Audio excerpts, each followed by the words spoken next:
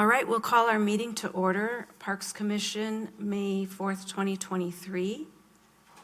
And first order of business is approval of minutes for April. I'll move approval of the minutes for the April 6th meeting with no edits needed, which is surprising. I read it several times because I thought I was missing something. Couldn't find anything. I think we should all second that. Okay. Ditto. Okay, Heidi Reynolds, second. Okay. Those in favor? Aye. Aye. Aye. Any opposed? Minutes approved. Public appearances for non-agenda items. I think everybody here has a specific agenda item, so we'll move on. Review and approve the agenda for tonight. A motion to approve? I'll move to approve the agenda as written in this order. Second that motion. Okay, Mr. Herbst, Alder Herbst. Those in favor? Aye. Aye. Any opposed? Aye. Agenda is approved. Item 5A is the Kyle Stigert Memorial Park naming plan. Now, I can kick it off probably. yeah, and we'll be voting. Yes. So as soon as you're done, then we'll entertain the motion and then. Or you want to do it first? Sure. I'll move to approve the Kyle Stigert Memorial Park naming and plan. I'll second. Okay, Chris, thank you. Yay, we're off to a great start. Go ahead, Dawn. Tell them your name and your Were you going to address. say something, Scott? Well, sure, if I might. Oh, First off, certainly I wanted to welcome Dave Herbst as our new member of our Park Commission. He's currently the Board of Public Works Chairperson, so it really is going to work well because a lot of our new construction projects go through the Board of Public Works. So Dave's going to be able to shepherd those through the system for us, and certainly the questions could be asked here, and then he can share those with the Board of Public Works. So welcome, Dave, and we thank you for accepting your appointment to the Park Commission. Thank you, Scott. This is one of my favorite, any of you know me, there's not a day if I'm in town, I'm in the park or in a park. So I appreciate what good parks we have in Fitchburg, and I want to contribute to keeping them that way and expanding. So it's a quality of life issue. So thank you. You're welcome. You're welcome. I think with that, what I'll do is I'll introduce Dawn and Steve to the group. We all know Steve for sure, and Dawn is probably new to the group, but they certainly have a great project. And actually, Dawn did submit a application through our park naming process. And actually, in speaking with the city administrator in regards to the process, what we'd like to do is go through the whole approval process with a memorial park, acceptance by the Common Council, and all of those kinds of things. So at this point, they're going to pitch the project to us, and then if the Park Commission is good, we'll continue through that process. So I think with that, I'll throw it to Steve or Dawn or however you want to do it. Start, yeah. Well, first of all, I want to thank all of you for having us on the agenda this evening. I am very grateful for that. My part of this is to let you know a little bit about who Kyle was and his wishes. And if you read my letter, I don't know if you have or not, requesting the name for the park, you know a little bit about him. I know the link to his obituary was also sent to you. I don't know if you had a chance to see that or not, but I am Kyle's wife, and I just wanted to say that Kyle was an absolutely wonderful person, and I don't say that just posthumously either. He truly was an upstanding person. It's a great loss that he's gone. I mean it when I say he was one of the best husbands, if not the best. Very loving father, and a brilliant and contributing professor at the University of Wisconsin. He did much to contribute to the world at large through his research in agricultural economics, and as well as through his consulting.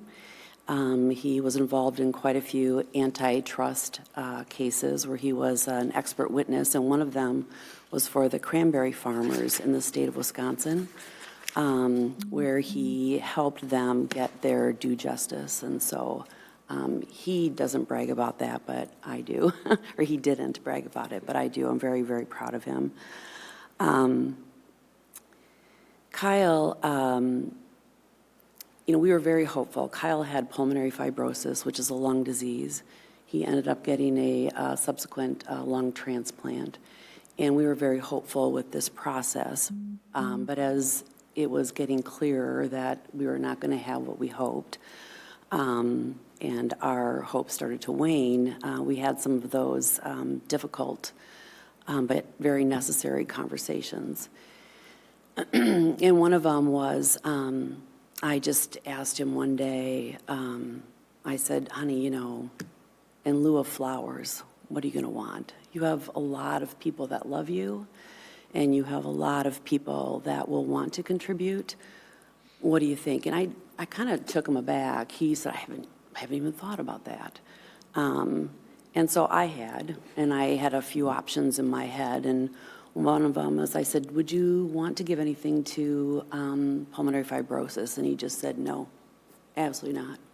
He was mad at the disease. I think he was a little frustrated with some of his health care. I think some of that is normal, but he just wanted nothing to do with it.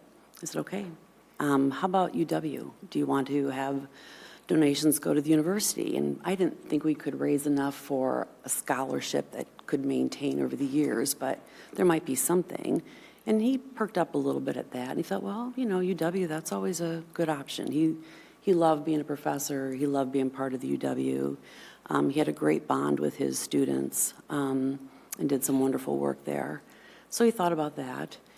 And then where we live on Yarmouth Greenway Drive, there is an outlet right next to us that just started to grow and billow over, I think, with invasive species and whatnot. And I said, what would you think about a park right there in that outlet that we look at on our screen porch all the time? And his whole demeanor shifted. He just totally lit up. And he said, I would love that. And it's right on the Cap City Trail. And Kyle was an avid biker, and he loved the great outdoors. And we talked about, there being a bike repair stand and just a little park, a place to sit, reflect, and he loved every part of that idea.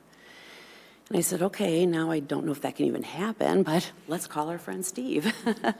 And Steve and Nancy have been very good friends for quite a few years and became much closer through everything that we endured with Kyle. So we had them over for dinner and just asked, what do you think? And Steve said, well, not only is it possible, it very likely could happen. And there's some channels and things we need to do, but it could happen. And so Kyle was absolutely thrilled about that, as was I. Through his memorial fund, so far, we've been able to raise $15,500. And I know some people have said to me, I'm willing to contribute more. Some have said they're willing to do some hands-on work to help. So there's some nice potential there. The idea to name it Kyle Steger Park was all mine. That never crossed his mind. We actually never even talked about it. It's more came to my thinking afterward. Kyle was not one that wanted a lot of accolades. When he got his master's, he didn't even go to the graduation ceremony. He just wasn't one to have people look at him and honor him for what he did. Even being called Dr. Stegert, he didn't care for it. He wanted his colleagues and his students to just, hey, it's Kyle, it's good. So he wasn't about that. That's me, that's my hope, just to honor him. I think maybe that's everything. So thank you for your consideration. Any questions for Dawn? So fortunately, well, as Dawn mentioned, we've known each other for a long time. And so fortunately, she knows somebody who knows something about city processes. And so our approach, thinking about the amount of money that we're likely to raise from gifts that were directed according to the obituary and a GoFundMe page and so on. So we're not going to be able, this is not going to be a Jake Johnson project like the dog park or the splash pad. This is a low budget thing. And so we undertook to recruit some volunteers with professional skills. And I'm the treasurer of Bike Fitchburg. And Bike Fitchburg is the financial agent. So people made tax-deductible contributions to Bike Fitchburg and were put in the segregated fund. And we approached some people in the landscape architecture and planning department at the university, and that I knew. And one of them was particularly struck with the fact that Kyle was a university colleague. And fortunately, he was the chair, and he left it to the professor who was in charge of the landscape architecture program to recruit us a student, senior, to work on the design. And he assisted that student. And the chair designated that the student would be paid from department funds. So that was a terrific asset. And then the next thing that happened was that, so if we're going to build something, we need a professional engineer's stamp on it. And I was able to prevail on Honoré Bijak, our former transportation engineer, who lives in the city of Oregon, or the village of Oregon. She is on our team, and she will be reviewing the plans and has already sent me comments on what you'll see before you, things that we still need to get done. So we're continuing in that way. Our goal is to not cost the city any money, to buy the things we need, and to pay outside contractors. And so far, we've been able to avoid having a survey. We have looped in Dane County Parks. They maintain the Cap City Trail. And Chris James, the parks planner there, who's also a landscape architect, has offered to shepherd this through the DNR process, because the DNR is the one that designates state trails, and Dane County Parks operates the Capital City Trail under a memorandum of understanding with the DNR. Scott, do you mind looping ahead on the to the first page of the plan, just to orient people? And while he's doing that, I'm very grateful, Dave, that you are on the commission now. Public Works has not seen this. We're happy to, when you feel the time is right, to present to Public Works. So I'm going to draw your attention to the map on the right. This is a city lot, and the outline of the T-shaped lot really doesn't show the whole lot. The lot goes all the way up the Cannonball Capital City connector to the Cannonball Trail to the north. It goes all the way to Longford Terrace on the east, and it goes all the way to Edenberry. I think Edenberry is a drive, but maybe it's a street, on the west. But this is a portion of that city-owned lot, and so it's off the tax base, already belongs to the city. So,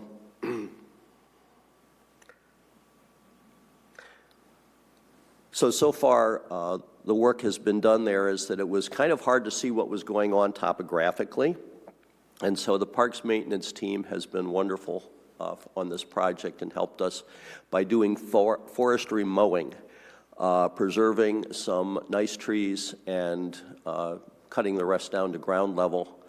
Most of the vegetation is invasives like honeysuckle. We do have some questions by passersby and by neighbors about what's going on there. So the notice of the park naming proposal for the 60-day comment period will help let everybody know what's going on, because we haven't done any kind of public outreach yet. But the mowing has been done, and then Joran, Parks Maintenance Supervisor, and I did some elevations along the swale, because one of the keys here is that it has to continue to drain water. And so that's where we are right now. The next thing I have to do is meet with the environmental engineer and have learn about the stormwater and erosion control permit process. But we'll do that. So just going through there, on the left, you will see kind of a rendering of what Will Kegel, the student, has designed. And the Capital City Trails in the foreground, and in the back is a gravel path with some rectangular blocks that are already on site, arranged into kind of a memorial where we can put a brass plaque.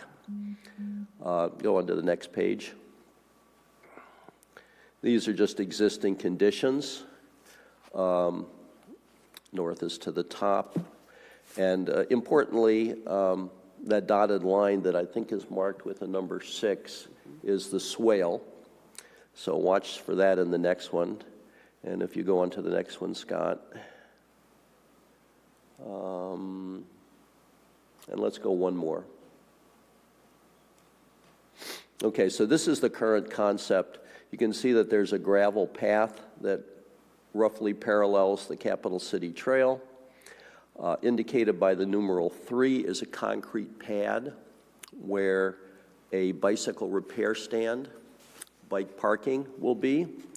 That has already been purchased because they're multi-month lead time. So we bought it last fall, and it's sitting up in the parks maintenance facility, ready to be installed. So that would be a concrete slab. The path would be gravel. We need to transmit water under the path, and right now the two concepts are corrugated metal piping, culvert, or a short boardwalk or wooden bridge of treated lumber. And the elevations and the stormwater plan will dictate which of those things we use. If you go to the next slide, that's probably all I want. It'll be a little hard to see, a little easier when you have your packet before you, but various kinds of prairie seeding has been designated for different regions, and some proposed plantings are there.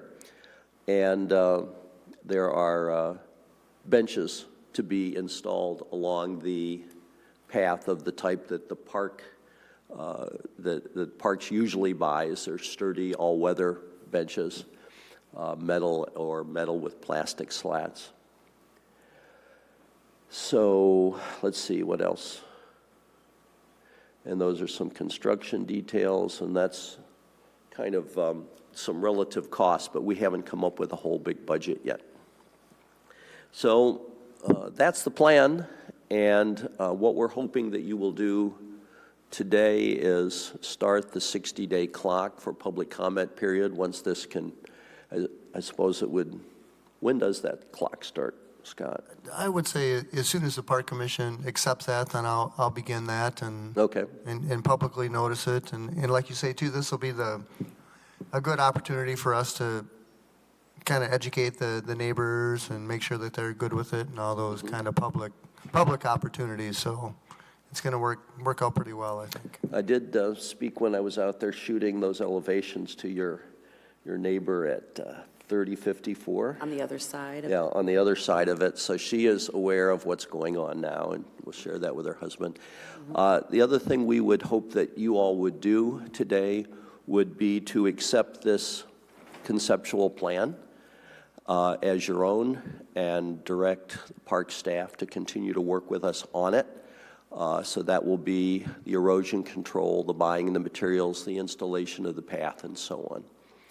So we don't think that this will require a lot of red tape in the city because I think that probably the final chapter of this will be a resolution of the council accepting the gift of the materials and labor, outside labor that we would pay for, and volunteer labor that we'll provide that would be necessary to complete the park because the council accepts gifts of over a certain size by resolution.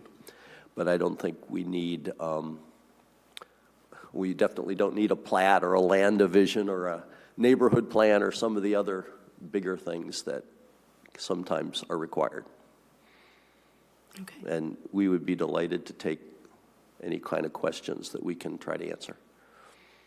Any questions or comments?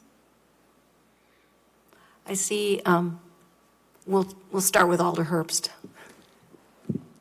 First of all, please accept my condolences on the loss of Kyle. I can tell by, I can tell, how much he meant to all of you. I didn't know him personally, but I feel like I did after hearing you talk.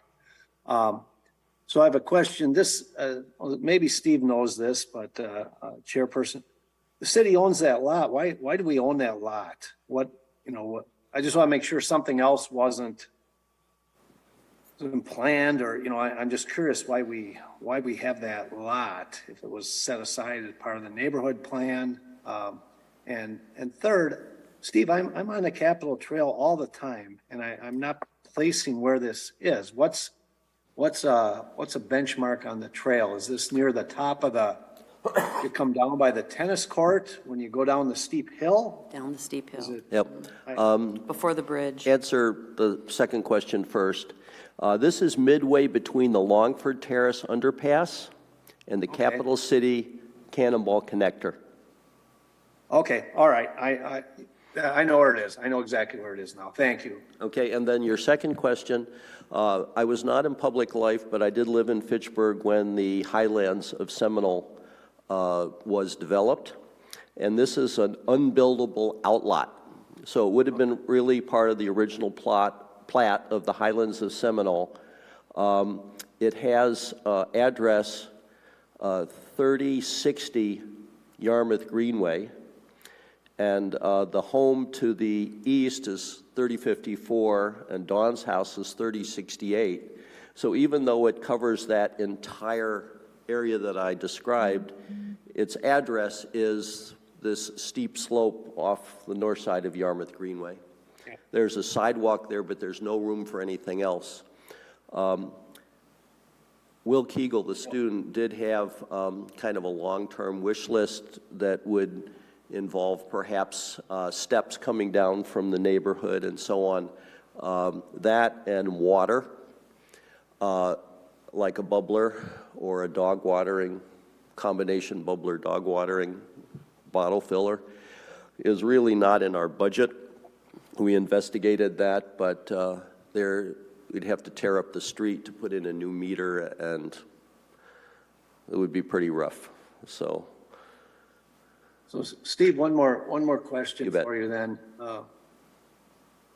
Would you in the organization, would you be willing to set up a friends group to maintain it? And where I'm coming from, we struggle to maintain our facilities that we have now. It seems like this would be perfect for a friends group to take over the main maintenance of this park. Like your thoughts on that? Yeah, that is something we thought of. We are not at the end of our fundraising journey, and one of the hopes was to create a small endowment that would cover expenses like prescribed burns and things like that. Wouldn't pay the salary of a parks worker, but it might yield hundreds of dollars or $1,000 a year to help cover expenses. And then a friend's, one of the things was we really like this to be attractive to the neighborhood and be considered a neighborhood amenity, because the folks that bike down the Capital City Trail can come from all over the region and not really have an identification with this placemaking effort, but the neighborhood would, and even Now, the initial plan is that it's easily accessible down the bike and pedestrian ramp from Longford Terrace. So neighbors can walk down there. Neighbors routinely walk through that area with dogs, strollers, and so on, as Dawn knows, because her back porch overlooks the trail there. Can I add to that? Feel free. Along with neighbors, there's just a large friend group of Kyle's as well that don't necessarily live in the neighborhood, who I know would be a part of that group and contribute to some of the manual labor involved. Okay, Patrick? Okay, Dave? Thank you. I hope I'm not seeming like, the Grinch, but, I think this is perfect for, the people involved, to kind of take ownership of this. And, we're stretching our parks pretty thin, but Steve, I would add, I think you could probably get the fire department to do the prescribed burns for nothing. Most of their job is putting out fires, but they like to set them once in a while just so they can put them out. So I think, just for the practice, they probably could do the prescribed burn for it at no cost. They need practice at that anyway, but thank you. We'll leave that Looks like a wonderful negotiation for the fire department and the parks maintenance team. But we agree with you about a friends group, and we think that this is an ideal situation. Thank you. All right, Patrick, and then after, I see Heidi also wants to comment, but Patrick, go ahead. Yeah, Dave asked my first question, maybe a little more into it. So this is considered city property already. Was it dedicated as a city park and then it just has no name? No, it's not dedicated as a park. It's just an outlot. Okay, but it is city property. It is city property. Okay.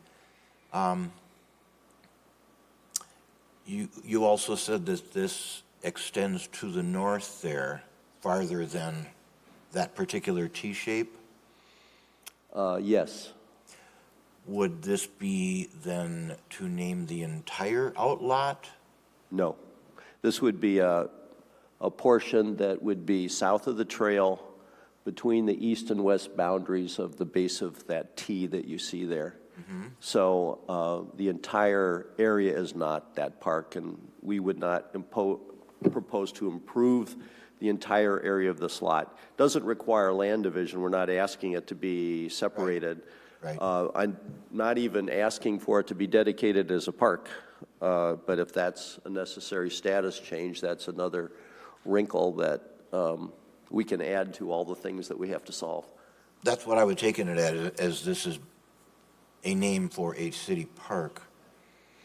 I'm kind of wondering then if this is just for, I guess this sort of covers the Capital City Trail and then out to the south to that road there. The northern part that you say is also part of this outlot would just remain as a city-owned outlot, unbuildable. Is that the idea? I would not expect them to be divided into multiple lots. Right. I would say that Kyle Steigert Park would be a designated place within this lot. Okay. But I would be very interested in if the city attorney had a view on this, if it requires more protection or something like that. Or some legal Yeah. designation change. Okay. One other thing that I notice here now, in that picture where the white outline is a T shape, but then on all the following pictures, it's more squarish shape. Is that anything important? Nope. Because this right here, the top of the T part there includes the Capital City Trail going through there. So is this the idea that it includes the Capital City Trail because some of these things are right in that swale, right next to the Capital City Trail, and then the other elements that you're adding are to the south of the trail? So to be completely frank, we have not been thinking about the concept of a park boundary. We are thinking of developing this as a park from more of the functional standpoint, so that there would be an area that was currently or previously all overgrown that is now forestry mode. Pardon me. One of the next steps is to do a roundup treatment to kill the vegetation there so that seeding can take place. We'll better have that erosion control plan approved before that happens. But we're not going to mow or plant or burn all the way up to the street or to the sidewalk along the street, or we will be disturbing up to the Capital City Trail, but we don't consider that part of this. Right. The slab will be right abutting the Capital City Trail. But we have not really looked at the idea of a boundary or of a legal dedication of parkland. And I will ask Scott and staff to weigh in the fullness of time as to whether that's needed and beneficial. But we haven't looked at that at all yet. Yeah, that might get into that because, I mean, we also have the policy for naming public park and open space land. Maybe we should sort of maybe be thinking of this of open space land rather than park. Yeah, if but it's that not were open better. space. We really intend to develop it with park-like features. Yeah, this seems like, I don't want to call it developing because that's a whole different thing, but let's say enhancing an area of this outlot to improve it. That seems. Patrick, can I make good a idea. comment quick? If you read the policy that's included in our packet, the first objective is providing name identification for individual parks, park areas, or park facilities. And it seems that this would fall under the definition of one of the second two. Yeah. Okay, now Heidi, you had some questions or comment? Right. So just to sort of piggyback off of what Dave was saying, and I too do not wish to sound like a Grinch, but what sort of concerns me about this is the more we talk about this, the more it seems to me this is more of a capital improvement issue. And this is not in the capital improvement budget at all. So I don't know then if that's something that we would have to go back and revisit, if funds would have to be reallocated. I think it's wonderful that the group has what they believe to be enough funds to actually get it built. But as Dave pointed out, and rightly so, maintaining a park, especially prairie land, is quite expensive. And our funds are, we've got a lot of really nice parks in Fitchburg that we're sort of stretching our budget as it is to maintain. So I'd be kind of interested to kind of work out, before we give approval on this, to kind of work out what exactly will the city be responsible for maintaining, and what is the Friends group going to commit to maintaining? Thank you. Did you want to respond? I did. So this is one of those public park resources of the city that is underutilized right now. And our plan is to bring it up to a level so that it is its own destination, a nice place that can be useful to passing trail users as well as neighbors. And so we do not see any budget impact in the long run or in the short term. So we're not asking the city to cover any of these costs, except there have been and will continue to be some park maintenance activities. Those are the kinds of things that we would be working on in the Friends group. But as I mentioned, we're already working on as time available as part of their normal work schedule. We have had that forestry mowing. That was one afternoon, and then was a different morning, about 2 hours, that there was one city employee out there with me shooting those elevations with the city surveying equipment. So we would expect that kind of thing to continue, just like it would for the development of any other new park facility. But we're not looking at any special budget items. For example, we expect to have a concrete contractor pour the pad, and that would be paid for by Fitchburg and gifted to the city, along with the rest of the improvements. And if I might, certainly as the Parks Department, we continue to want to, expand our services and areas that people can see and view. And you even alluded that the neighbors, they'll walk by and they'll see these kinds of things. So it's really, we look for these partnerships where groups are interested in being a partner with the city and raising dollars and awareness. But, they're going to take ownership of the area. And I'm sure if I call them and say, hey, this is in rough shape, can you guys spend some time down there? They're going to do that. And, if we need to drop off some mulch or those kinds of things, I guess I just don't want to make it more convoluted than it really is. It's really a partnership with the neighbor to try and expand the opportunities for the park and recognize Kyle. And it's really I think a win-win for the residents, for the city, for everybody. So, Any other questions or comments? Chris?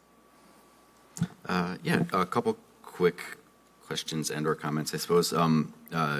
Generally, I think I definitely support the idea of improving this outlet. I think city-owned property ought to somehow exist for the public good, and right now this lot is not doing much public good, so I think this is definitely an improvement. I understand the concerns about maintenance, but it is a fairly small footprint, and maintenance, just looking at the plan, looks pretty straightforward as far as, some mowing. If burning can't be done, prairie maintenance can be done by mowing too. That could just be worked into the regular schedule. So I don't think it's too heavy of a lift, and it is close to other existing city parks. It's not, far removed or anything like that. So I think that's a benefit if it does fall to the city to maintain it. One thing I might suggest could improve some of that neighborhood buy-in is right now, as drawn, really the guts of it, the good parts are fairly removed from Yarmouth Greenway. And looking at the plan, it's like a 15-foot drop, so I understand that that's a really difficult, you can't just put in a sidewalk there. I mean, there have to be steps, which, that alone would eat up your whole budget. So I understand that, but I wonder if a long-term plan might be put into place, because that could get more people involved with the park because it's connecting it to more of the community. It gives a bigger audience to it, so you might be able to enlarge your pool of resources, be it with labor or donation funds or a friends group, something like that. So I don't know the solution to that because, as an infrastructure problem, it's really tricky. But I think that it could do good, and it also would make it more accessible to a bigger user group. We agree. Yeah. We did not give Talked you about that, everything too. we have. Yeah. Will has gone through a number of cycles of these plans. He does have a long-term concept for connection to Yarmouth Greenway. It does have to solve those problems. Even the existing ramp from Yarmouth Greenway west down to the Capital City Trail is not ADA. It's too steep. And right now it's marked walk your bikes and there's no curb cut on purpose. The ramp from Longford Terrace east down to the Capital City Trail is shallower sloped, and I believe it may be ADA.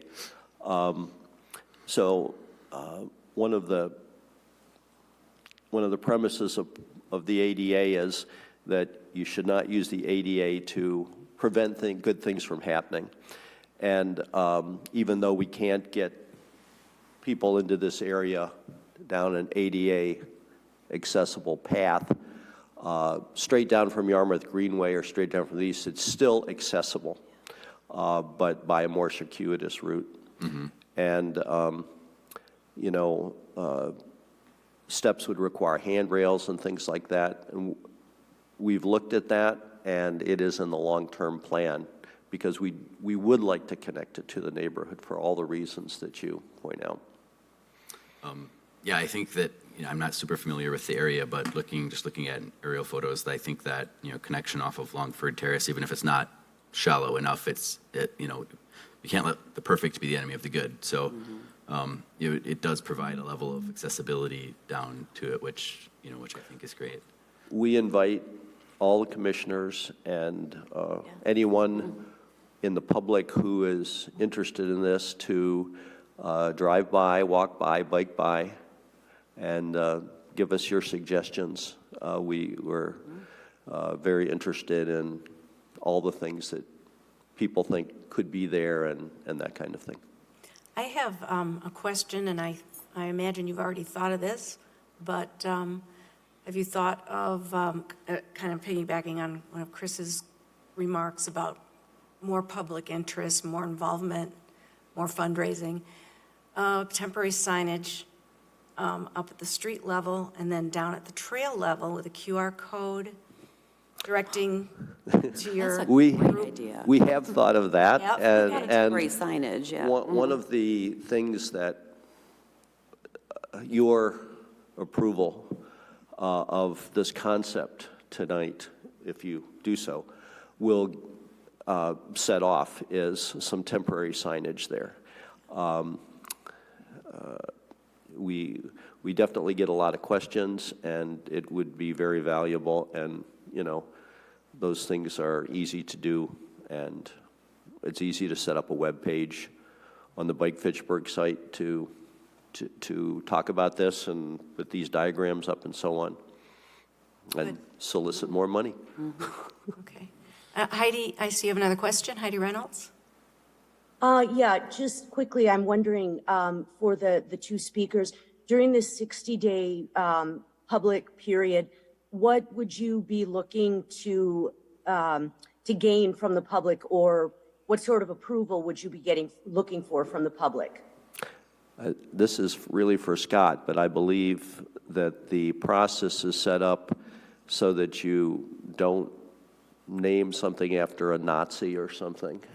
Well, and That it allows the people to come forward with objections if they have any, and any grounds for those objections, so that the council will have before them both sides of the story when the park commission recommendation goes to the council. Did I have that right, I Scott? see. So it was just the name, basically, okay, I see. I'm sorry. That's what I the had no- I 60-day had no period problem is with for. that. well, and Okay. I think we should take advantage of that 60 days to kind of educate the community on the project and, pitch the project to the community, that's for sure. You talked about That's possibly kind of what writing I a was letter. thinking. And Yeah, that's what I was hoping, is that not only, if you use the 60 days to educate them about Kyle's involvement in the city and, his love of the park area, also educate them about maybe the advantages of what the park in that area would be and why they could be involved, and that may also help help grow your friend group.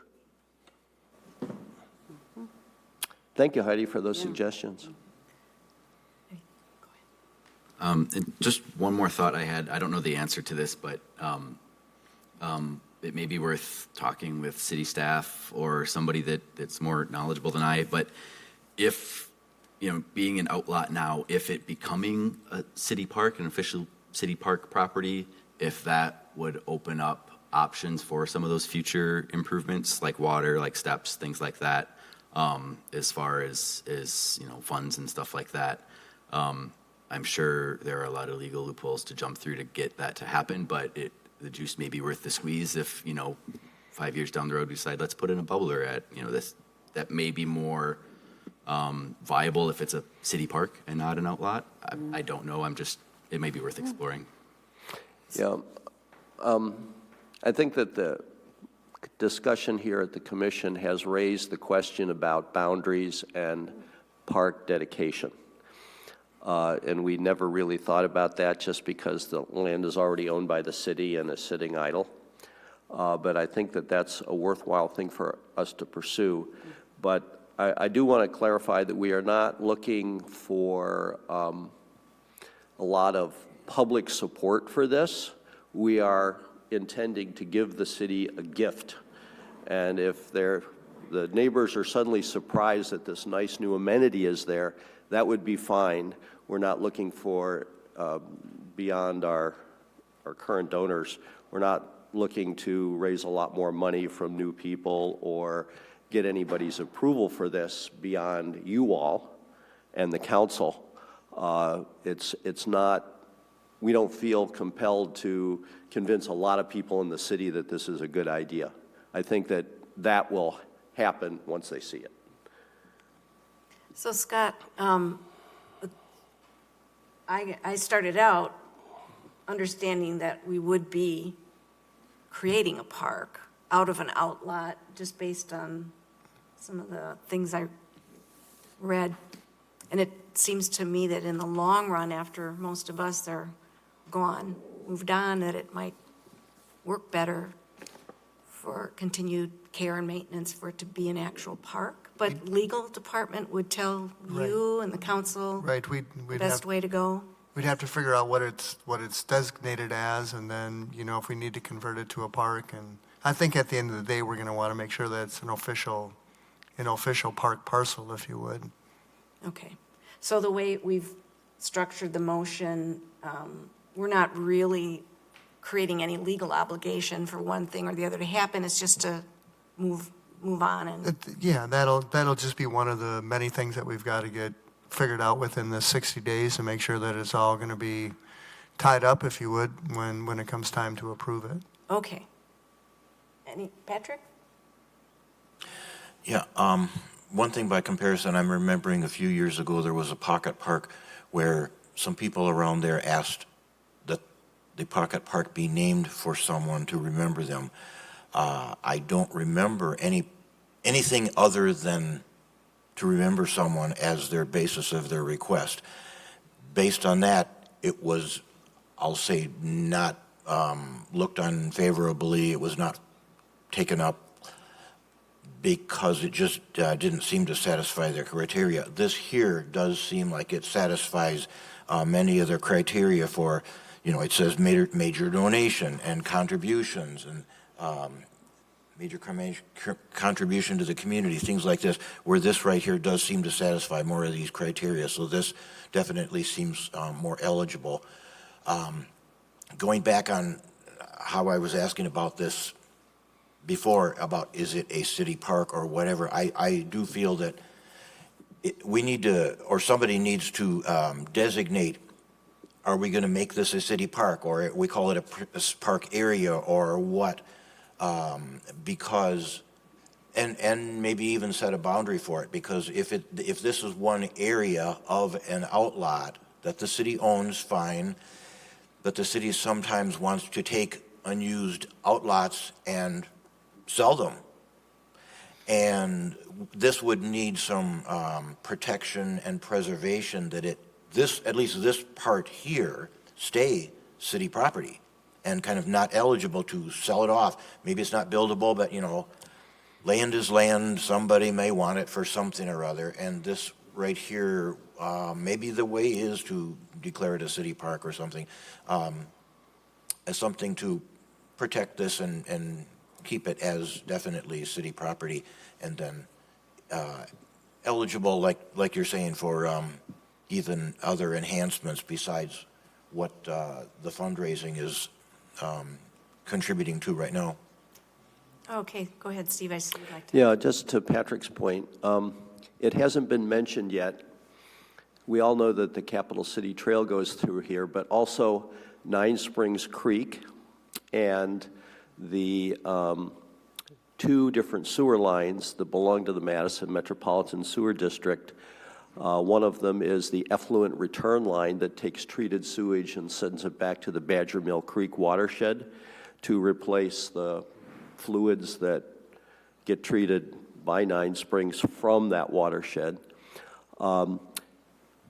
Taking a land division off a portion of this funny-shaped lot to hold just this little park actually would provide could could jeopardize the protection of the, I guess what I'm trying to say is because of the public facilities and the natural features that are already in this lot, it's really pretty protected.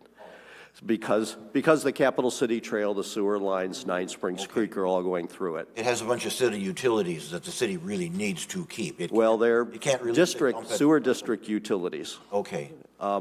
Also, they're part of our, you might remember Rick Eilertson used to do bicycle tours of the Nine Springs E-Way and talk about all the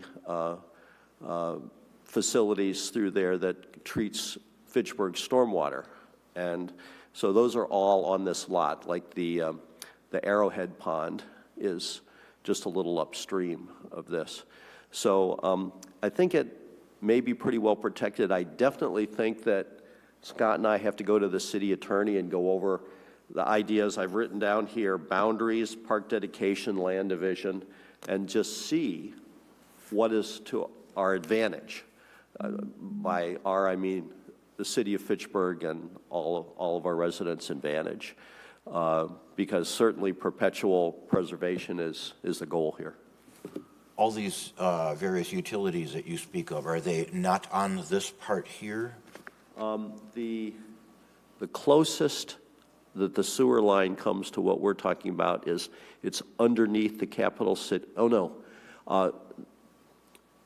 It's not on any of our diagrams that you have before you, but there is a manhole that is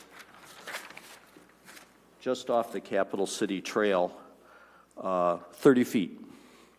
And into this area? Into this area. And so we know how deep the sewer line is. It's more than 6 feet. And we're talking about 2 feet for the depth of the swale at this point. So the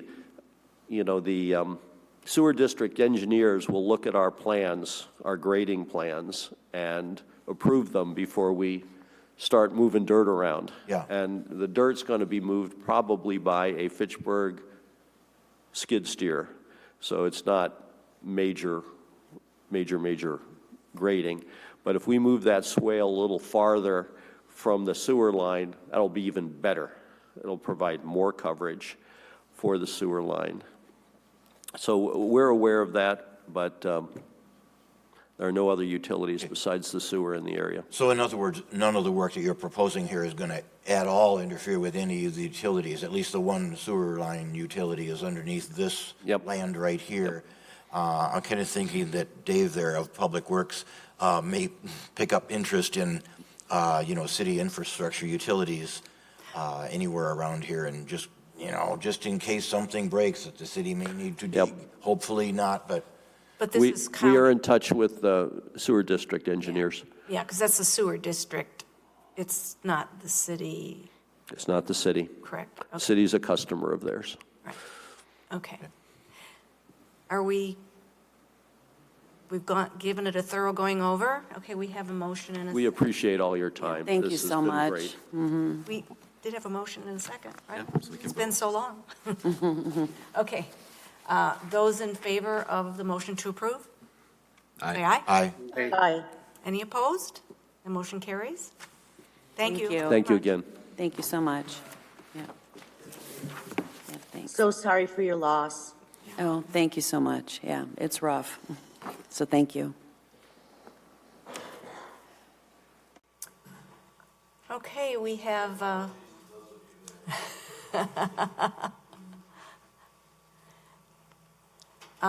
next up is 5B, the Stoner Prairie Master Plan Approval.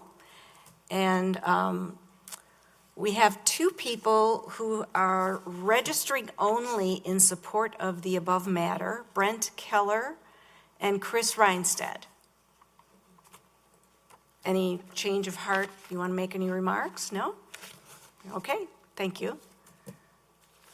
I'm going to offer a motion to approve, and then if that's seconded, then we'll go to Scott to take us through it. I move to approve the Stoner Prairie Park Master Plan with one caveat, that the native plantings in the existing toddler play area will be expanded to ease establishment and reduce mowing maintenance. I'll second. Okay, thanks. And I'll just mention real quickly while Scott's scribbling that I simply just read the last sentence in the minutes from this item in March, just to reiterate that last sentence from our approval, our motion to approve. Take it away, Scott. And I think we've certainly went through a public process for this plan, and I'm certainly aware of the interest that the Park Commission has. So once the master plan is approved, hopefully tonight, we'll go into the design and the final design, and certainly those final details will come back before the Park Commission. Certainly, the final design of the shelter, the amenities as far as the playground, where the basketball court will go exactly, and certainly the boundaries of the prairie. So there's still going to be some fine tuning that the Park Commission can do before the project is bid.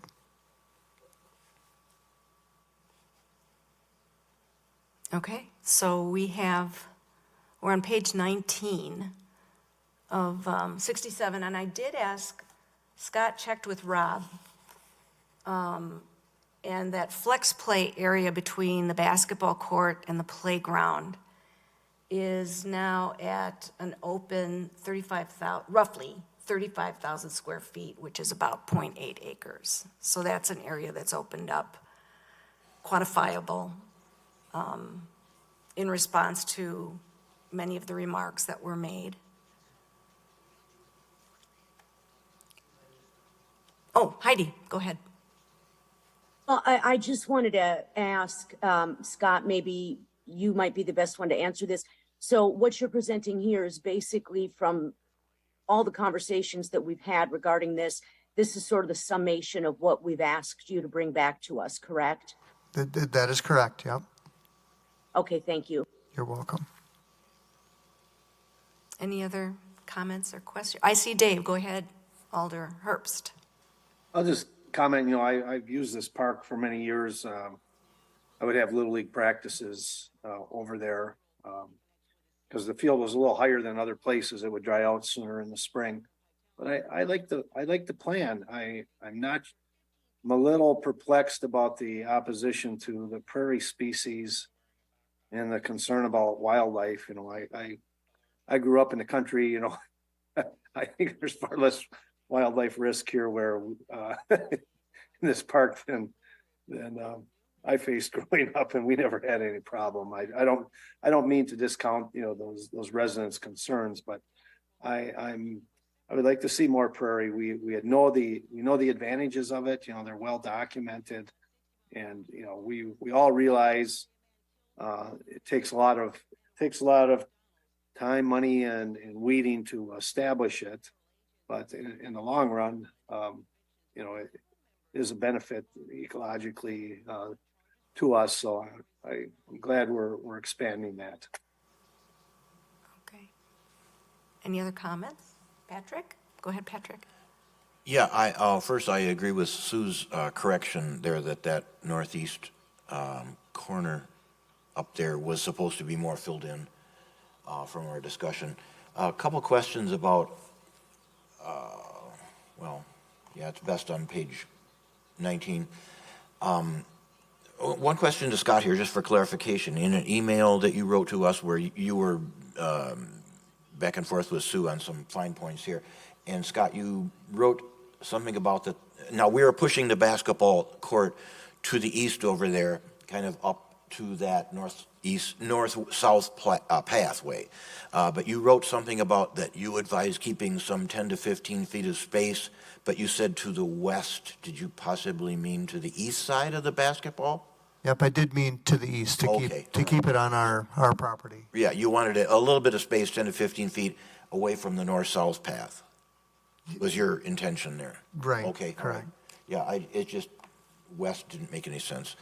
I guess one thing that I'm wondering here, I don't know if the shelter and playground area, that circle of the trees and the boulders that we designed around there, since some of our comments was to move the toddler playground into that area. I just want to raise a question.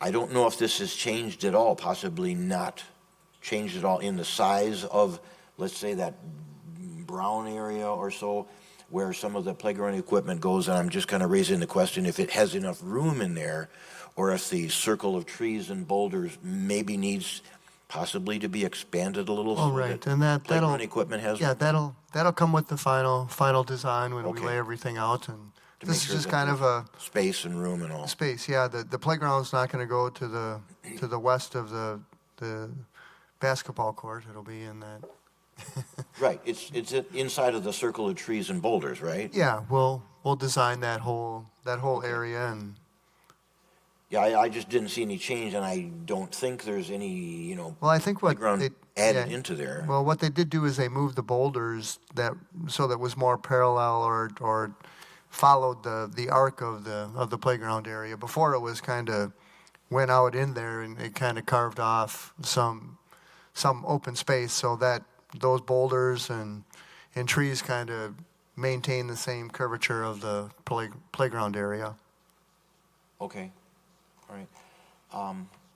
The other thing that I will raise here, and I mentioned this in the open house meeting that was held in the large prairie area straight north there, that large area. I just want to know if anybody else sees what I see here. The path through the middle of the prairie area, okay, we're looking at on that one, the white dashed that circles around the shelter and the open space. They call it the flex area. And then there's a path that goes straight north, but what I saw was that path that goes straight north doesn't do anything. It has no value. In my mind, I would take that out, but I would instead have a diagonal path from the southeast corner that goes to the northwest corner through the prairie as a interesting looking path that goes off to that corner of Cornelia Street there. And I'm wondering if anybody else agrees or don't care or what. It's not visible on this plan, but there is actually a sidewalk connection to that pathway. It's sort of covered by prairie right now in that rendering. So the house nearest to the path. Right, Hazard's. There is a sidewalk connection right there that leads to the asphalt path. Goes along the street, doesn't it, the sidewalk? It curves and goes straight into the park. So where that mode path goes straight up and down, it would actually connect to a city sidewalk. okay. It's just not visible in here. So that'd be a reason to keep the straight north path. Because I had the same comment before, Okay. yeah, it's just not visible Yeah, in here. it didn't look like it went anywhere. Like, who would go there? Because then you got to turn left or right anyway. But so what about, okay, leaving that one there, but what about a diagonal path? There's the one that goes from that same point and goes off to the northeast. So what about from that same point and goes off to the northwest towards Cornelius? Well, from my perspective, I think we should be careful not to carve it up too much. Whatever everyone would like to do is fine, but I think when we talked about it originally, we were identifying some points that would make sense, and if we add more, it might start to not make sense.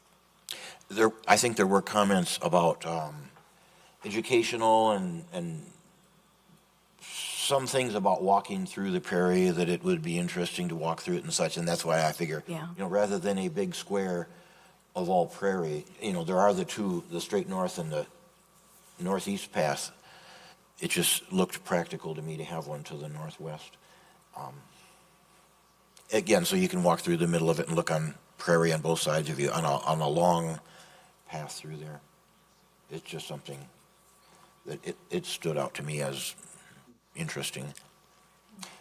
Then I do have a question here on the practicality of turning what is now mowed lawn into this prairie. And if maybe Chair Sue or anyone can sort of explain, I have a couple of possible ways in mind, but can someone give an idea about what is the practical way, or how might this be turned from mowed lawn into prairie?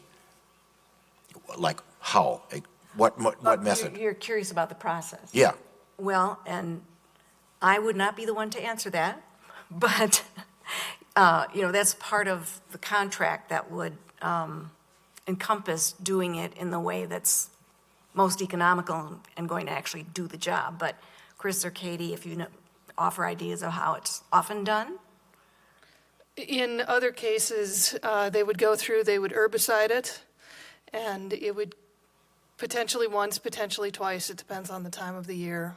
You want to try and kill off any of the weed bed that you can, and they'll just overseed it and see what comes up. It may or may not have a cover crop, it depends on the time of the year.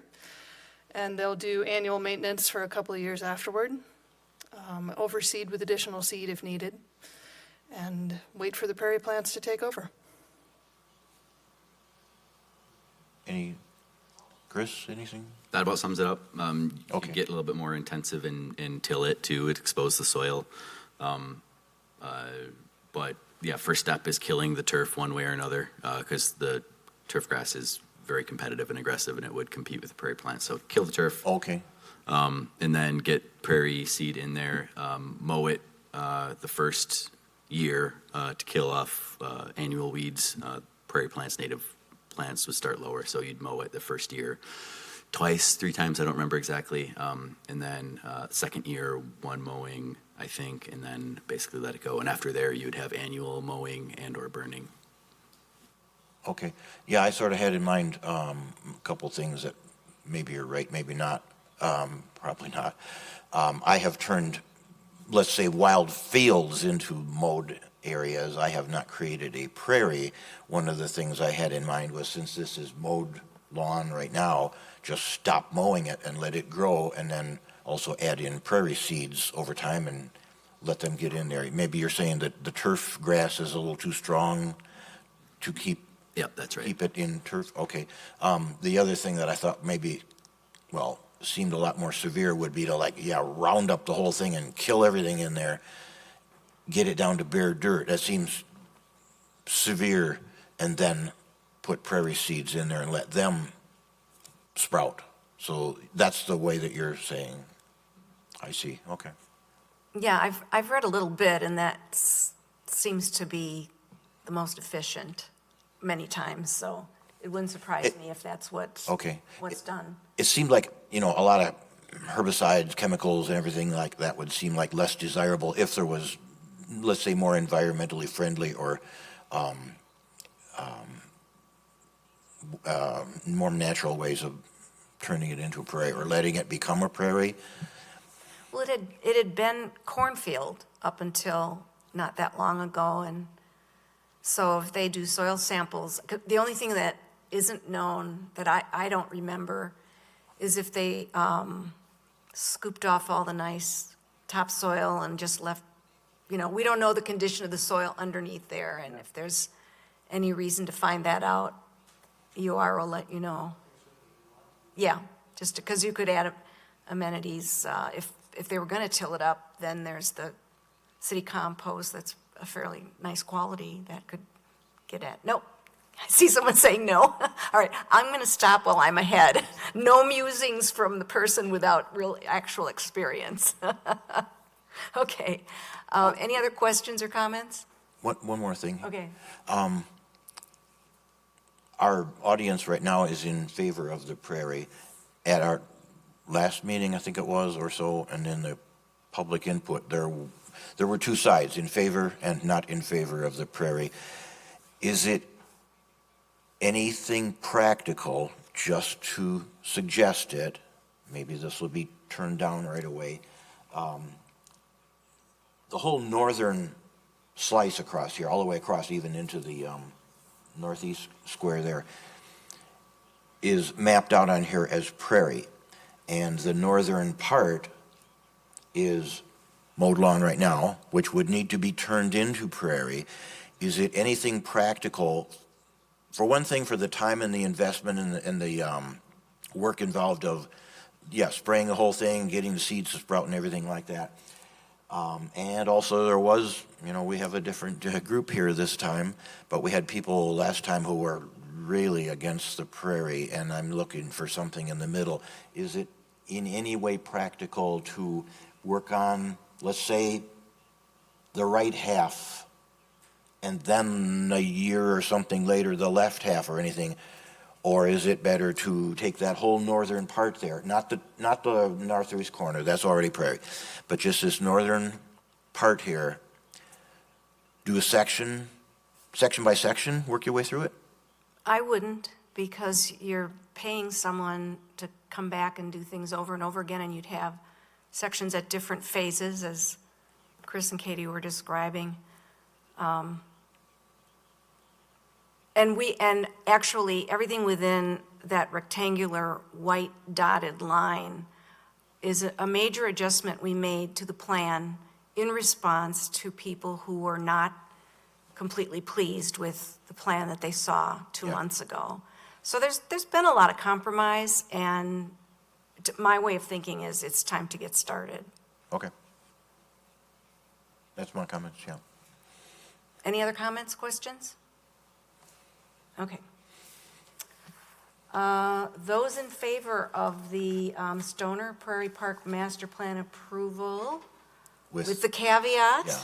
that I read, I'll read it again, that the native plantings in the existing toddler play area will be expanded to ease establishment and reduce mowing maintenance. Those in favor?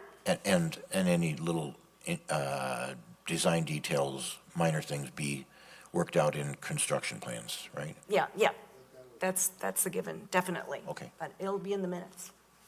Those in favor? Aye. Aye. Aye. Any opposed? The motion passes. Thank you, neighbors, friends, for coming to speak, or not speak, to register. That's right. Okay, 5C, Dolly Conservancy, goals and objectives. And this is before you, as a result of, we have had some neighbors who have been doing some work in Chicory Park and adjacent to Dolly Conservancy, and there's been other neighbors that have shown interest in wanting to do some woods management, if you would, in the Dolly Conservancy. And this, Anna provided what the goals, the desired future conditions of the Dolly Conservancy, and what I'm asking for from the Park Commission is for you to say, yeah, you know what, staff, we're good with this. Let's circulate and communicate to residents to see how they feel about trying to attain some of these goals in the Dolly Conservancy. Okay, so we need a motion to approve? Please, and then we'll begin that public process to make sure. And like I say, there's been things that have been kind of going on in there, here and there, but I think what we really need to do is make everybody aware of what we're trying to do, and so we're good to go. Okay, I'll move approval. Go ahead, David. I'll move approval. Okay, I'll second. Any other comment, question? Doesn't seem like anything controversial here, right? No. Dave, go ahead. I would just add, when you drive by there, it's choked off underneath there with honeysuckle, and the property has such nice potential, to be used. And Sam DiMaggio has been one of the neighbors there. They've been taking upon themselves working with Scott, cutting that undergrowth out. And I think, and we'd like to have the public be able to use that instead of it just be a mosquito breeding ground or a place for the rabbits. There's plenty of places for the rabbits under everyone's decks and everything like that. It's just a nice piece of land that we should be taking advantage of. Okay. Okay, all those in favor? Aye. Aye. Any opposed? That motion passes.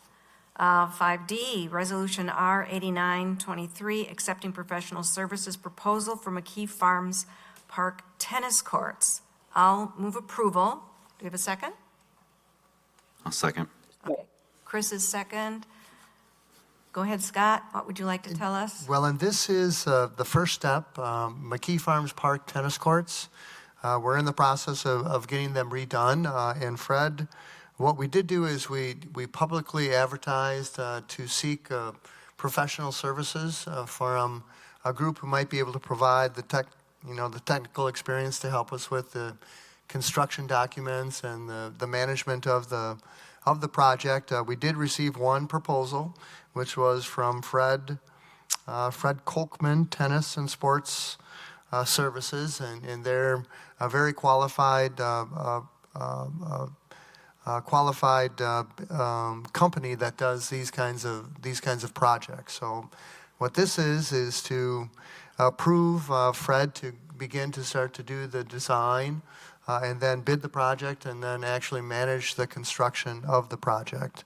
And that price is $40,600. I will tell you that, and Dave can speak on this too, that the Common Council is working on the ARPA and TID funding approval for 2023, and this project is on the list, and it has a $767,000 cost for the improvement, and included in that cost is this $40,600, along with the estimate of $650,000 that Fred has provided. In a bit of a clarification, I know Dave may be able to allude to this at the Board of Public Works. The question was whether or not that $650,000 included the fence, the repair of the fence, and it does. But then we did add a contingency of 10% to come to that final cost of $767,000. Any other questions or comments? Yeah, Dave. Okay, go ahead, Alder. I'll just add that Parks has gone and looked at a similar surface, what they're planning to put down for a surface. We're hoping it will give us over a 20-year life, maybe 30 years. The engineer's estimate, we only had one bid, but it was within our engineer's estimate of what these fees would cost for Fred's company to do that. So sometimes you're concerned about the single bid. We would have liked more, but the one that we have is a reputable firm, and it was within what we thought it would cost. Thank you. Okay. Patrick? Yeah, I did watch the Board of Public Works, and Dave, tell me if I'm remembering this right. You asked a question about what about just pounding the posts in? Is that about what you asked? I thought maybe a pile driver, you could drive them back down, but Yeah, that was interesting to hear you ask that. I'm sure they've looked at that. Well, I'm always spitballing, Patrick. right. Yeah. Well, in the past, I think this right here is a major expanding of this project to basically tear it all out and start from below the surface and build it back up and everything. I am presuming, just to check on a detail, that the fences included means a brand new fence rather than repair the existing fence. I'm not sure about that. Right. We'd have to look closer at the proposal, but the idea that the fence, instead, I believe it's a 12-foot fence currently. It's a high one, yeah. Yeah, but the idea of reducing that fence to 10 feet is one of the thoughts that we have. That's an odd thing about, it did mention in Fred's description about cutting the post to 10 feet. I don't know why. I would think if you're using the same fence and it's 12 feet high, fine.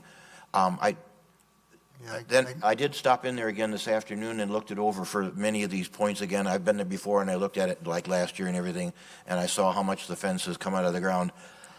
Just to fill in Dave on something that I had suggested many times of the Parks Department buying our own fence pounder thing for $500 to $1,000 or something, so that the Parks crew could pound posts back in like this. And I believe that from what I have seen fence companies do, these fence pounder things also, you put them in reverse or something and it pulls the post out. But that has been declined several times. But that was, the whole just pound the post back into the ground has been discussed for quite a while here in the Park Commission. When I looked at these courts this afternoon,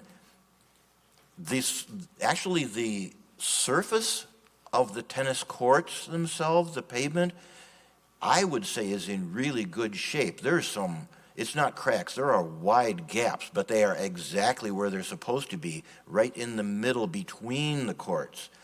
The courts surfaces themselves are actually in really good shape, as I would view it. The only thing is over on the north three courts, two of them do have a crack that goes east-west across the north half of those north three courts, not all three of them, just two of them. That's like the only fault in the pavement. These gaps, though, between the courts, they look scary because they're like 3.5 inches wide, but I guess it's working like it's supposed to. This right here is then a major expansion of this.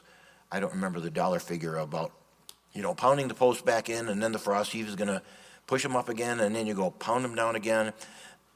The worst of it is at the north side where the bottom rails are now more than a foot above the ground. So the frost heave has lifted them up even more than it was last year. So that's why I'm kind of interested in, does this mean new fence or repair the fence? Because apparently those posts just don't go down into the ground far enough. I mean, if there's something about cutting the tops off, I would say no, don't cut them off, just pound them down until they're only 10 feet high, if 10 feet is the objective here. Because I don't know how deep they go into the ground, but it's not nearly far enough. Comment, Scott? Just a little bit about the process that we went through in order to come to this recommendation. We did have Fred and his team, they came in and made some evaluations of the tennis courts, and they actually provided us 4 or 5 different potential options on what we could do to repair them. And what we did, and Dave alluded to it a little bit, that the type of surface that we're recommending is going to be a 35-year surface. So it's going to, at the end of the day, it's going to be more cost-effective than another type of treatment. That's really what we factored into it, is that because you're right, but in order to repair those cracks, it's going to cost money, and in a couple years, 5-6 years, they're going to crack again, and we'll be right back at the same spot. So the thought was let's do something that's gonna last for a duration of a good length of time. Okay. What I want to point out is I call them expansion joints, and they're in exactly the correct place. This is a very large paved area. I don't know if Fred is the right person or what, Fred Kolkman, to evaluate if this surface is not acting like it was supposed to, or if it is expanding and contracting exactly like it's supposed to, because these cracks are, gaps, I'll call it, expansion joints, are really wide right now, but I think in the middle of summer they close up quite a bit. So I don't know, you mentioned a whole different, some kind of bounce surface or something like that in place of this here. Then there was another question about who built the McGaw pickleball courts. Now, you mentioned in an email, R.A. Smith designed the McGaw pickleball courts, and it does have a tag on it, a sign saying it was the fence of the pickleball courts was put in by Century Fence of Wanakee. I forgot to look at any tag on the McKee tennis courts. I'm kind of guessing Action Fence. So do you know actually who built the surface and the sleeves for the posts and things like that of the pickleball courts? Okay, because it wasn't R.A. Smith, and it wasn't, I don't think Century Fence did the whole construction of it. I think they just did the fence. So it's unknown. Yeah. Okay. Well, and to decide this, we don't really need to know, right? The pickleball courts are good for the first 2-3 years. Yeah.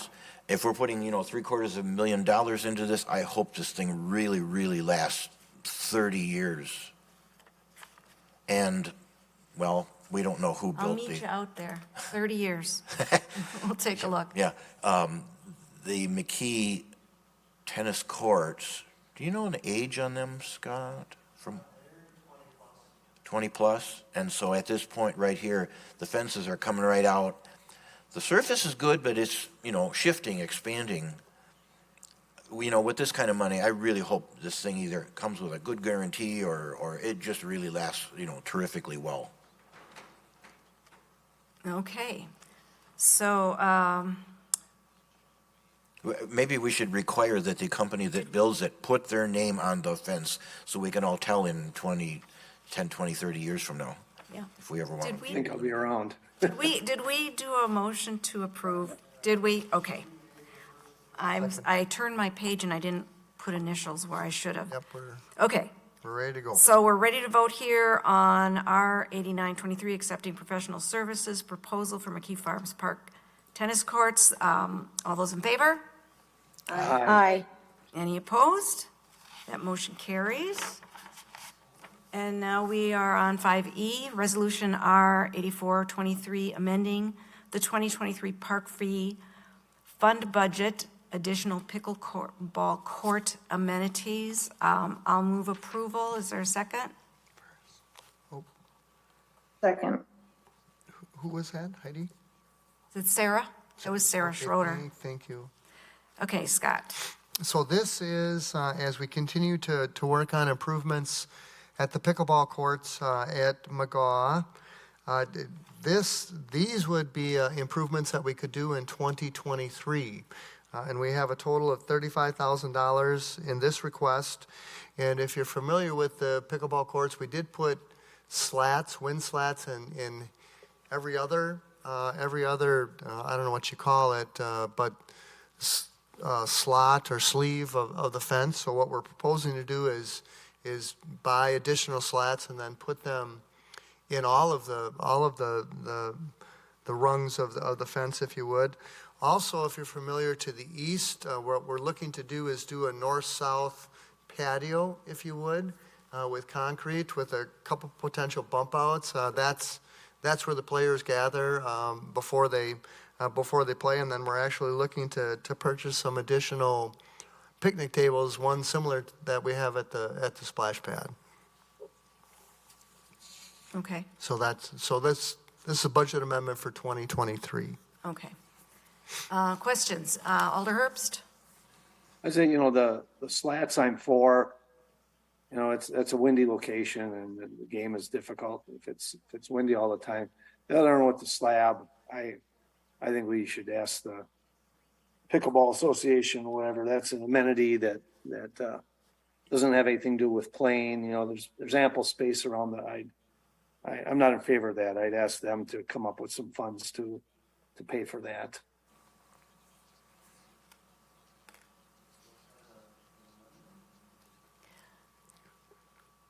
Okay, Scott, do you know how large of a pad is being proposed yet? We don't know exactly, Chris. Certainly with the budget of $35,000, we'll know how much the picnic tables are going to cost. We'll know how much the slat is. So then we'll certainly want to try and get as much as we can.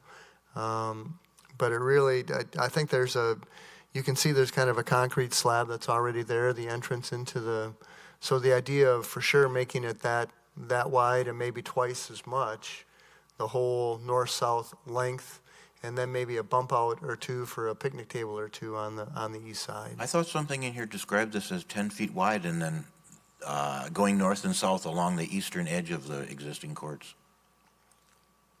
Well, and again, it could be 10 feet, or certainly if we have $35,000, we're going to want to try and use those dollars as efficiently as we can. I'm not seeing where I read that, but I thought I read it somewhere. let's see.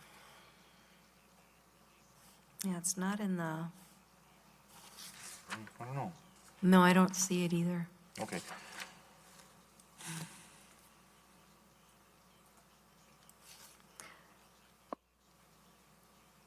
Scott, I know the resolution lists that, or in the paperwork, it states that the Parks Department in cooperation with the local pickleball community.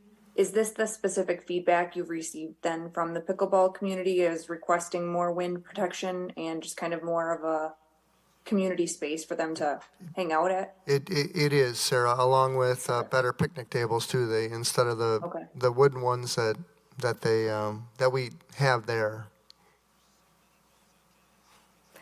I will say it's definitely busy, that I do see people there. Would this Often. be something we could do in stages where we, I agree with the wind slats, and even the picnic tables, but could we maybe do those two, add a couple of picnic tables and then maybe work into the budget next year, some more concrete padding if that's deemed necessary? Any thoughts on that, Scott? Well, really, the picnic tables are going to go on to the new concrete. I don't know if I'd want to put the newer picnic tables on grass, if you would. We could, that's for sure. It's really up to the commission what they think. Chris, you wanted to comment? Just looking at the, sort of the layout of the park here, and the pickleball courts are kind of far away from everything else in the park. So, and then we do have the open field to the south of it. Looks like it's used for soccer sometimes. So I don't know if there's any way for a slab to kind of do double duty. I think we might be able to get a little bit more bang for our buck if it can be used for, people using either area. But because it's so far away from the rest of the park amenities, I think a place for picnic tables and stuff like that has some merit. Also, if we're furnishing it with picnic tables and such, I think those are likely to cost more money than the slab itself. Concrete is relatively cheap. So I think if it's a package deal, concrete plus furnishings, it makes sense to have the slab because the picnic tables are going to be pricey. But we might be able to make this area, if we are going to go for it, we might be able to make it a little bit more useful to more than just the pickleball courts. And was a water fountain added there, correct? Yep, that's on the other west side. That's on the other side. Yeah. Yep. So just the few times I've been through, I've also noticed, well, like many group activities, it's not just while you're playing the game, it's the social activity before, during, after, and you do see people sort of gravitating around the area. Not, if there were no money at all, then people would gravitate as they are doing right now and relax and have fun. So this money, the funding is from it's not a tax levy, it's part of. It's part of the money that was allocated already for the pickleball in project. For the so- project. Right, but And- it's a different use, so they wanted to make sure that everyone was aware of I see. what it's going to be used for. Okay. But that was from park dedication fee dollars? I would say, yeah, park improvement and Okay. parkland dedication Okay. fees, right? That's what I thought as well. Okay. Patrick, go ahead. Yeah, I'm over there all through the park all the time. So yeah, this central area around the pickleball, there's a very deep ditch to the north, so it doesn't lend toward what is used as soccer to the north or to the south because of these huge ditches that are in between. So this is really just for pickleball. I still can't find where, I thought I saw it 10 feet wide and then going along, all along the east side there. It seems like a good idea to me. I'm in favor of this because the surface of the pickleball, the asphalt only goes about a foot and a half at the most outside of the fence. I mean, if you want to walk from the east-west pathway and get to the far corner gates that go into the far away forecourts, you're either like trying to balance yourself on the very edge of this asphalt that extends beyond the outside of the fence, or else you're in the grass. So yeah, this seems very practical to get to the far forecourts. I did meet with Scott over there on site on several different things, and I did ask that as part of this right here, the 4 wooden tables that were taken away, I believe, by the parks crew from the McGaw shelter, to bring them over here so that the players can sit on tables waiting for their turn to play and everything. So those tables would get returned into the McGaw shelter because the McGaw shelter is pretty thin on picnic tables now since all of these were taken out of there. And then this would be tables bought just for the pickleball. I kind of thought actually the opposite, the concrete would cost more than the tables, but I don't know, maybe, like you say, the other way around. Tables are I, 2,500 or something. I did, I know there is a proposal. I don't think we have anything in detail or anything firmly proposed, but I think it's like, don't quote me, and I don't, well, I'm hoping I'm not like making up an idea. I think that the mayor has an interest in having 4 more, I've seen it somewhere, 4 more pickleball courts directly to the east of this, in that open grass area.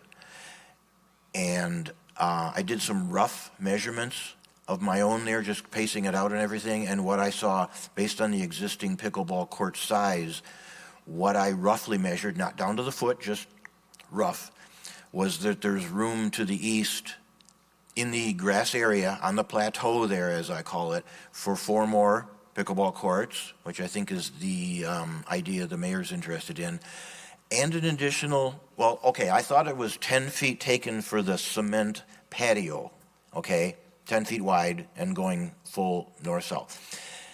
And then if you put 4 more pickleball courts to the east of there, there's 20 feet of grass left over. So I think this should be planned a little more into the future, and maybe the space between the existing 8 and a possible, nothing firm yet, 4 more to the east of it might be spaced out, maybe with 10 foot of cement and 20 feet of grass in there, because some people like grass instead of being on concrete all the time. In other words, kind of map this out a little firmer than just 10 feet of asphalt and we don't know what the rest of this is going to be. Well, and certainly too, we could put a culvert on the east side there and then run that north-south, so then we'd even have more area to work with to the east. That's not really necessary. Not necessary. And you don't want to fill in, well, okay, culvert is expensive and so on and so forth, and there could Depends on what potentially be a lot of water. Those ditches are really deep and high capacity right now. To your point, Patrick, I don't think we're limited to the space that we have there. We want to try and design and figure out what would be the best use of that space, so we could certainly put a culvert in there to grab more space. Yeah, but it seems a little strange to the way that this was, again, designed by R.A. Smith for this whole layout and really deep ditches.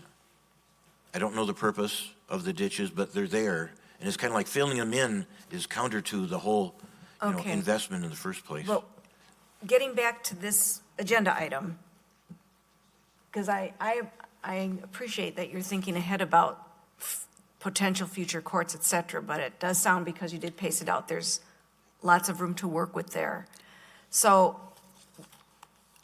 regarding this amount of money for these amenities, I do have one question. Is there a bicycle rack in the area? No. Okay. We're working to get them in there. Okay, Yeah. so you wouldn't be there'd still be. There'd be space for it. Yeah, and I just got done saying there's lots of space, but I just mean sort of close to that patio area, you might be able to do something. Exactly. Okay. Exactly. Okay. One more thing, Patrick? I want to mention something else. I had a quite good conversation with Cece and Chad in the rec department, and if you saw, I asked for reports on pickleball rental, just to see what revenue this is bringing in. I was surprised. It has brought in 2022, $1,780 of rental, and so far to date this year, $980, almost $1,000 this year, which is good. That is bringing in some rental. I will just mention on a side here that maybe there should be a conversation about the resident rental fee of $10 for a court versus the non-residential higher $20 per court fee, because in the details of the report that Cece and Chad also sent us, one single person paid the non-resident $20 fee. Everybody else, Kappa, Capital Area, not Fitchburg, Capital Area Pickleball Association, and then another league, I don't know who, they didn't know who those were. Everybody else is paying the resident lower fee, and maybe there should be a conversation about is that right? Is that okay? Should there be some modifications of that? Because everybody's paying the lower fee. Everybody, somehow or other, I think there's a loophole that's being manipulated here that everybody pays the lower rate. So it's kind of like, is that fair? And that kind of ties in with what Dave said about, hey, maybe, the pickleball people should contribute more towards this patio and picnic tables and everything. I'm also thinking farther ahead of, hey, maybe there will be like the splash pad, shade structures and, barbecue grills and Let's get back to. all kinds of things added what into we're this. going to be voting on. But there's, a reasonable amount of rental going on here, surprisingly. One caution that I want to throw in on this. I have seen for myself personally many times middle of the afternoon on a weekday, on a weekend, middle of the day, nice warm sunny mild days, and the pickleball courts are absolutely empty. So I would like just to put out a caution of building 4 more if this goes to that, because if you have a glut of pickleball courts, nobody will need to rent them. If there's 50 courts, nobody needs to rent a single one. We will get zero revenue. So it's like, don't oversupply. And I do see them vacant a whole lot. So just a caution for future. Okay, I'm sorry, Patrick, we need to move the motion. yeah, That's my comments. okay. Seemed relevant. Ready to vote? Yes. Yep, okay. Those in favor of R 8423 additional pickleball court amenities, say aye. Aye. Aye. Aye. Any opposed? Nay. Nay. Nay. Okay, Alder Herbst. Would you like a roll call on that or not? No. Okay. Because otherwise just report it as motion carried. Okay.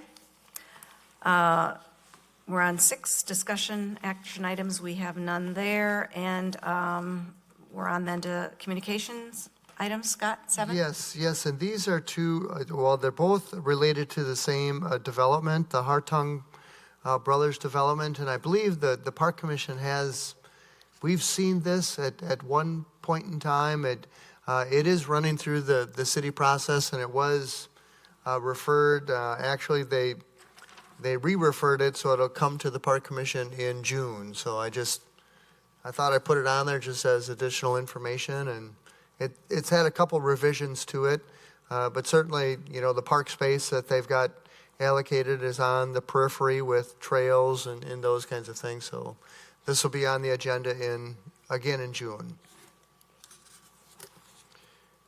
And that's One comment. Just looking at their diagrams, the currently approved or currently adopted, it says, and then the other proposed, looks like the number of residential units, if I added it up right and everything, looks like it was increasing by 79 dwelling units. So that would mean an increase in park dedication or such. Yep. Okay. And that was everything in communication, Scott? Okay. And staff reports, updates? Anything you'd like to tell us, Scott? Nope, I think we'll. They're all? Yep. Everything's there, we've read it? Questions, if I- you've got any? Question. Yeah, and I had wanted to just comment about the tree planting events. Those seemed to go well. Patrick, you had a question or comment? Yeah, on Jordan's, it says install dog park drinking fountain. Now, I looked last week and again today. It looks like the electric is all in for the well, for the water pump and drinking fountain. And it looks like a cement base was poured probably yesterday for the drinking fountain. So this is coming along. The drinking fountain, I don't know if it was delayed in receiving it or anything. No? Okay. Okay. But it's coming along, and is there a date of when it's going to be functional? Or No, well, and typically too, all of our drinking fountains are getting close to being time to open them up. So certainly it'll be open when we normally get the drinking fountains open. Okay, well, this one is not installed on the base yet. The base was just poured. Right. So And there's and actually, the contractor who did the concrete is going to be, installing the drinking fountain, so I'm sure it's probably got to cure for a little bit, and then they'll install the drinking fountain. So we're rounding the corner. All right, yeah, it's good to see it's just coming along now because, it was, had an obligation of having it operational last year, and it's now May. So are you going to withhold the funds then, Patrick? I'm not the leader of the Fitchburg Dog Park Advocates. Okay. But, a suggestion that I made, which I believe was agreed and appreciated and such by the Fitchburg Dog Park Advocates, was when I said, okay, well, if this is going to be an electric service well pump now instead of the hand pump that was originally planned, that there could be a wired-in electric light at the drinking fountain and also an electrified service light at the entrance gate. And the group, the Dog Park Advocates, like that idea, since this is now an electric service into there. And one thing that I do not see any sign of it around there, there's nothing around the well and absolutely nothing towards the entrance gate about anything that will allow a light to be placed at either of those two. Yeah, I did not, the dog park guy, I'll reach out to the dog park advocates. I've not heard from them about that. Okay, because like at this time of year, it gets dark at 8, and even in the, the longest day of summer, it's dark at 9:30. Park is open till 10. And it looks like this was only electrified just for the well only. And the lights that I suggested are being dropped so far. And see, the Dog Park Advocates bought the two solar-powered, motion-sensitive, battery-powered lights that went at the entrance gate. One of them failed like a year later. The second one is not working properly, so it's likely to fail. So when that one goes, there's no light anywhere in this park. That's why electrified, service here seemed like a great opportunity to add two lights in those locations I suggested, and there's nothing going in for that. Okay, so I see Heidi Reynolds first and then Alder Herbst. I'm sorry, but I think we can't really get too much more into that because it's actually not a discussion item. It's not on the agenda. We could add it as a future item, but we really shouldn't spend too much more time on it because the public isn't aware that we're discussing it. Okay, It's a comment. and then Alder Herbst, I see you nodding. Was that your comment? Yes. Yep, okay. So are there any other, we're done with our discussion of the staff reports? I did have a question related to another. Go ahead. Okay, this came up with a conversation with somebody. As far as last meeting, we approved SRB for trees for the city. And a question came up, how are new trees funded? What fund do they come out of? Is that park dedication or property tax levy, or where does that money come from? It depends on where the tree's planted. There's a couple, if it's within a new development, then the new development pays for the trees. If it's a park, then it's paid for through the Parks Department. And same thing with tree replacements in the tree terrace are paid through operating budget. Well, if it is in a park, there's this idea about new things can be paid for by park dedication. It's a new tree, so does it qualify? I think that would at some time, right. Okay. That was a question was raised. But to me, so a lot of the trees and I think all of the trees we planted in the spring were from development, so those were all paid for by the developer, Okay. Okay. or most of them. All right, on to our future agenda items. Next month, there'll be election of officer. And Sarah Schroeder is interested in adding discussion about unleashed dogs in parks. And anything else? What I'm going to the Park and Open Space Plan. Yes. Hopefully we'll have some, and actually I may be providing some updates throughout the month of May with Brad coming in June, and we've got to get that thing wrapped up so we're done in June and July. So you may see some things through the month to kind of keep that project moving. Okay. And Heidi? I was wondering if we could add the teen center. We haven't heard from them in several months, just to see if there's any updates. It's a good idea.